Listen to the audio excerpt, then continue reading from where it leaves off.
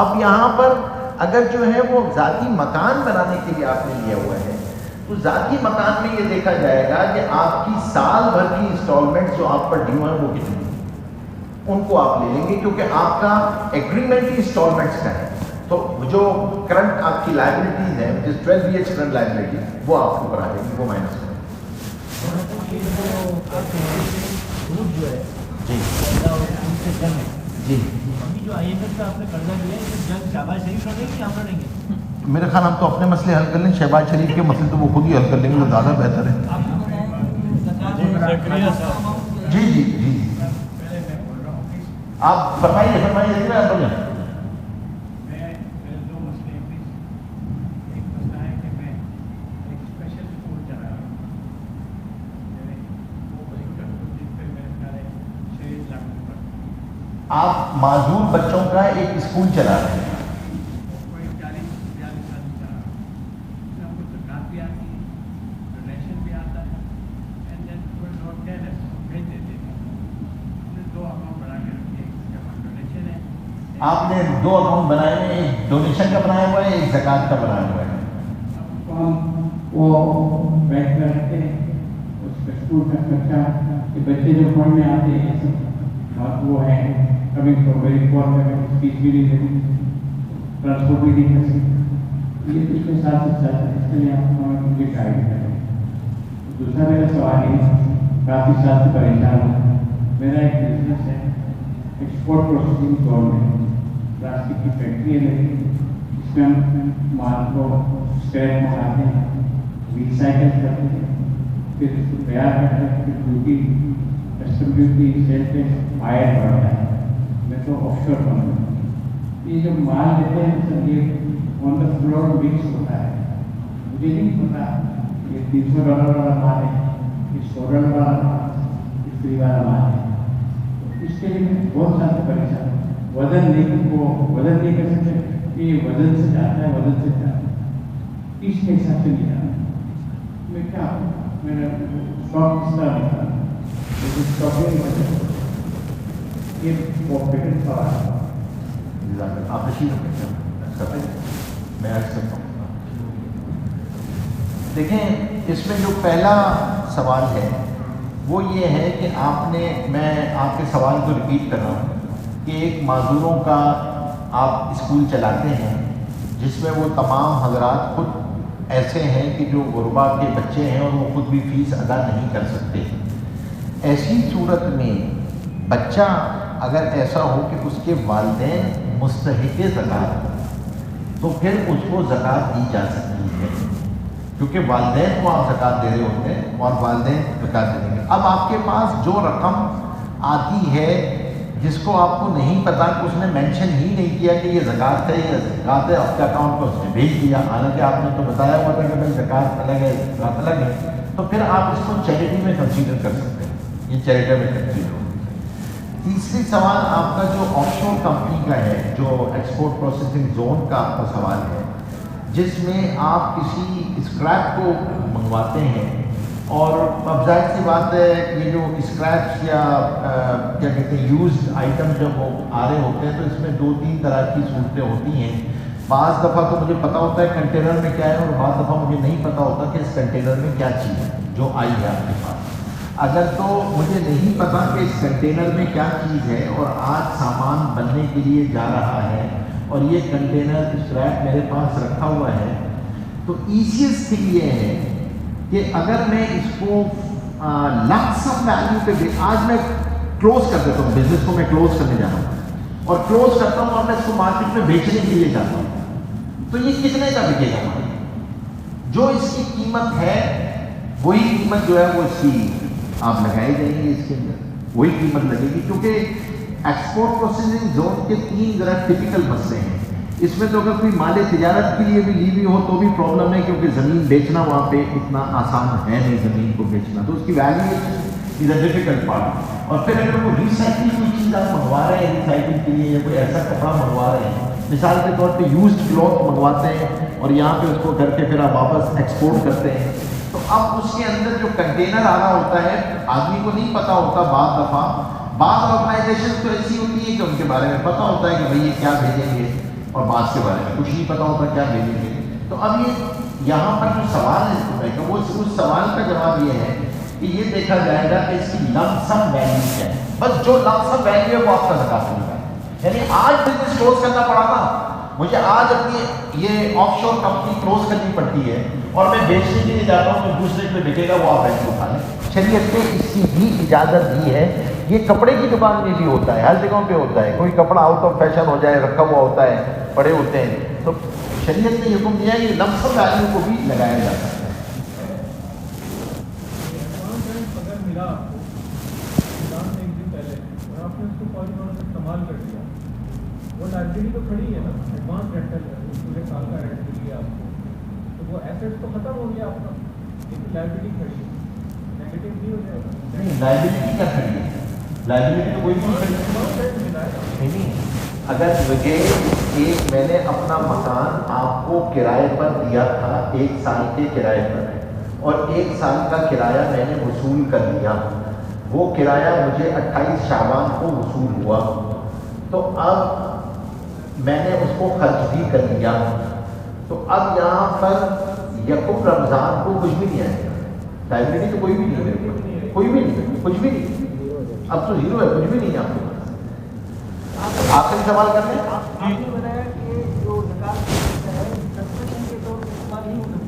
جی, زکوٰۃ براہ راست تعمیر میں استعمال نہیں ہوتی, براہ راست تعمیر میں استعمال نہیں ہوتی. زکوٰۃ کے لیے مالک بنانا ضروری ہے. اچھا, میرا ایک سوال یہ تھا کہ آپ کو گفٹ میں مل جاتے ہیں شیئرس, اس کی ویلیو پرائیویٹ لمیٹڈ کمپنی کی وہ آپ کس طرح سے ایسیس کر سکتے ہیں, اور اگر آپ کا رول نہیں ہے, آپ کے پاس فائنینشیل انفارمیشن نہیں آئی اس کمپنی کی, تو آپ کیا ایک ایزیوم کر کے 30% اسٹاک لے کے اور اس ویلیو کا 30% اسٹاک لے کے آپ زکوٰۃ دیں؟ ہاں, یہ کر سکتے ہیں. اچھا, اور اس ویلیو کیسے ایسیس کریں گے, آپ کو نہیں پتا, یہ تو پھر آپ کو کسی سے اس کو بیٹھنا پڑے گا اس کمپنی کے. اگر کسی چیز کی کمپنی کے شیئرس کی ویلیویشن کا آپ کو نہیں پتا, وہ تو آپ کو پتا کروانا. اچھا جی, دعا کر لیں تو لام صلاحی. نصاب ہے لیکن اس کی دماغی حالت صحیح نہیں ہے. جی, ایک صاحب نصاب ہے, اس کی دماغی حالت صحیح نہیں ہے, تو اس کو زکوٰۃ اٹھا لیں. دماغی حالت صحیح نہیں ہے, لیکن وہ تو ظاہر سی بات ہے نا. مطلب آپ یہ بتائیں کہ وہ مستحق ہے یا مستحق نہیں ہے. وہ مطلب ہے, اس کے پاس پراپرٹی ہے لیکن اس کی دماغی حالت صحیح نہیں ہے, تو اس شخص کے اوپر یعنی زکوٰۃ دے گا یا نہیں دے گا, یہ پوچھا آخر نہیں ہے. آپ کے سوال فرمائیے. سروسز پرووائڈ کرتے ہیں, میں کرتے ہیں نا, تو ہم نے لوگوں سے گاڑیاں رینٹ پہ لی ہوئی, گاڑیاں رینٹ پہ لی ہوئی. اچھا, ٹھیک ہے, اور ایک بڑے ادارے کے ساتھ ہمارا کانٹریکٹ ہے, اس کو ہم سروس پرووائڈ کرتے ہیں. صحیح ہے. اس ادارے کا رول ہے کہ ہماری پیمنٹ 60 days آفٹر سبمٹنگ دا بل, 60 days کے پیسے ان کے پاس ہمارے جو بل ہم نے 1 جنوری کو سبمٹ کیا وہ پیسے 1 مارچ کو, جو بل ہم نے 1 مارچ کو سبمٹ کیا اس کے پیسے 1 مئی کو, 2 مہینے بعد. اب یہ کانٹریکٹ کمپنی کے ساتھ لمبا ہے, 10 سال 20 سال 30 سال تک. یہ 2 مہینے جو پیسے ہوتے ہیں ادھر تو ہمارے ہمارے امانت ہے, تو اب ان پیسوں کا کیا ہوگا؟ زکوٰۃ دے دینی چاہیے. آپ کی کرائے کے عوض میں آئی ہے نا, کرائے کے عوض میں آئی ہے نا. آپ نے کرائے پہ سروس چارجز نہیں, سروس چارجز نہیں ہے. آپ نے گاڑیاں ان کو کرائے پر دی, گاڑیاں میں نے دی کرائے پر, اور میں سروس آپ نے سبلیز کی ہوئی ہے نا, آپ بھی لیسوری ہیں نا. آپ گاڑی میں ہی چلا رہا ہوں, میں سروس کی نہیں ہوں, ڈرائیور آپ نے دیے ہوئے ہیں, تو آپ نے مطلب آپ نے شوفر ڈرائیو کار اس کو دی ہوئی ہے نا کسی کو. آج سے 10 سال پہلے 2 مہینے کے ابھی 2 مہینے کے پیسے 1 کروڑ روپے, یہ پیسے کبھی دیتے نہیں. کانٹریکٹ یہ ہے کہ جب تک ایگریمنٹ نہیں ہوا کانٹریکٹ کمپنی کے ساتھ, وہ کبھی یہ پیسے نہیں دے, ان کے پاس ہی رہے. تو پرسنلی نوٹ ریسیور ہاں, پھر اس پہ نہیں, وہ دے گی نہیں زکوٰۃ. تو اب وہ پیسے نہیں دیں گے تو کب ملیں گے پیسے آپ کو؟ 2 مہینے بعد. ٹرمینیشن میں فائنل پیمنٹ انڈسٹری کے میں کانٹریکٹ ہے,